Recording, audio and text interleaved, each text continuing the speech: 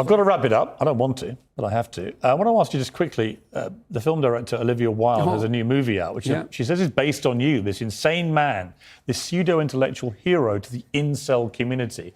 Incel being these weirdo loner men who are despicable in many ways. Is that you? Are you the intellectual hero to these people? Sure. Why not? People have been after me for a long time because I've been speaking to disaffected young men. What a terrible thing to do that is.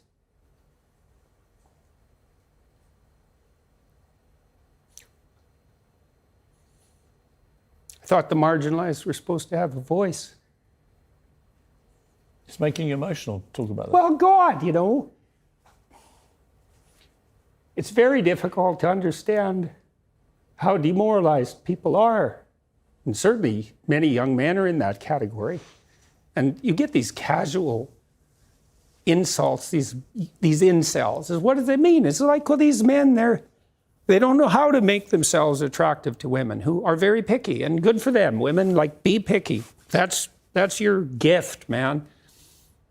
Demand high standards from your men. Fair enough. But all these men who are alienated, it's like, they're lonesome and they don't know what to do, and everyone piles abuse on them. When she said that, Olivia Wilde, it stung you, didn't it? I saw the reaction. By that time, that as far as critiques go, that was kind of low level. I mean, once I got painted as Red Skull, magical super Nazi, that was kind of the end of the insults. There's no place past that. So when Olivia Wilde made those comments, the first thing I did was go look at the preview for her movie, which I quite liked. I thought I would go see that movie probably, and perhaps I will. It didn't really bother me. My family and I talked about it right away, and we were able to respond to it with some degree of humor, which then people completely misunderstood.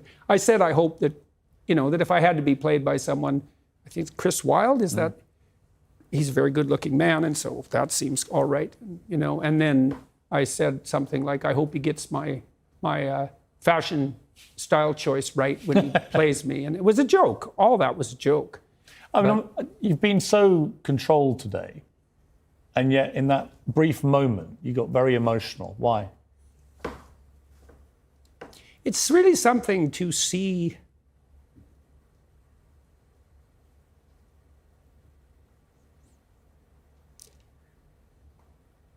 constantly how many people are dying for lack of an encouraging word.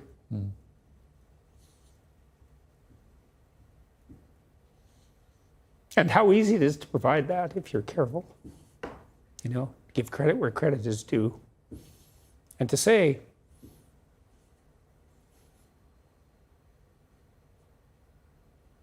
you're a net force for good if you want to be. Do you believe you're a net force for good? Net, yes. In all the details, probably not. No one's perfect. So people make their mistakes as they stumble uphill. Jordan, it's been a fascinating interview. Thank you very much.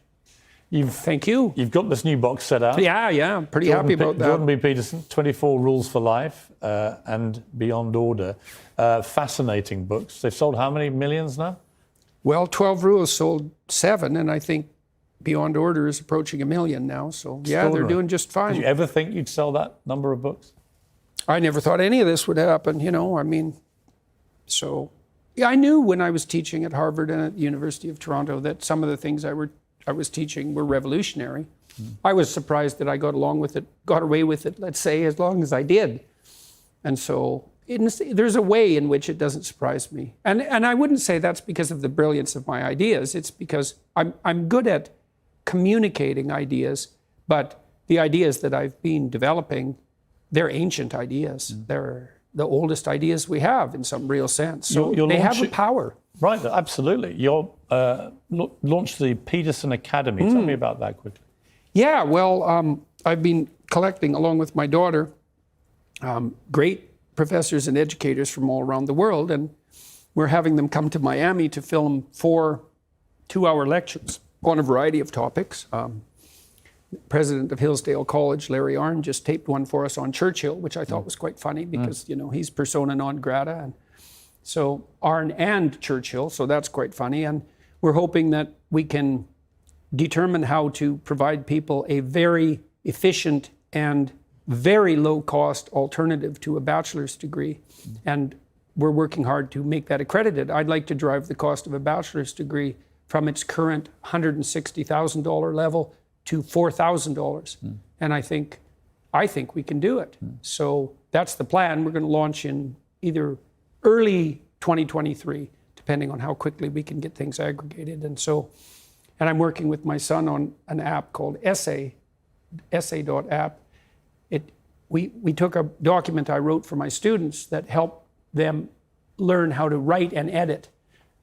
And editing is very important if you write, and people are never taught to edit. And it builds editing tools into the software. And we have 4,500 subscribers and 50,000 users. We launched about 2 months ago. I'd like to teach 1 million people to write. So. And just finally, you're healthy, you look healthy. Pretty good. And much better. Your wife's doing a lot better than she was?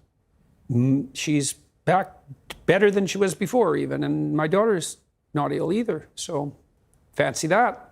I mean, that's an amazing turnaround from where you were. That's for sure, man. It was pretty brutal. Yeah. For a long time. Yeah. You know, my wife almost died every day for 7 months. So. I'm very glad for you. Thank you, sir. I really am. And it's been a really fascinating interview.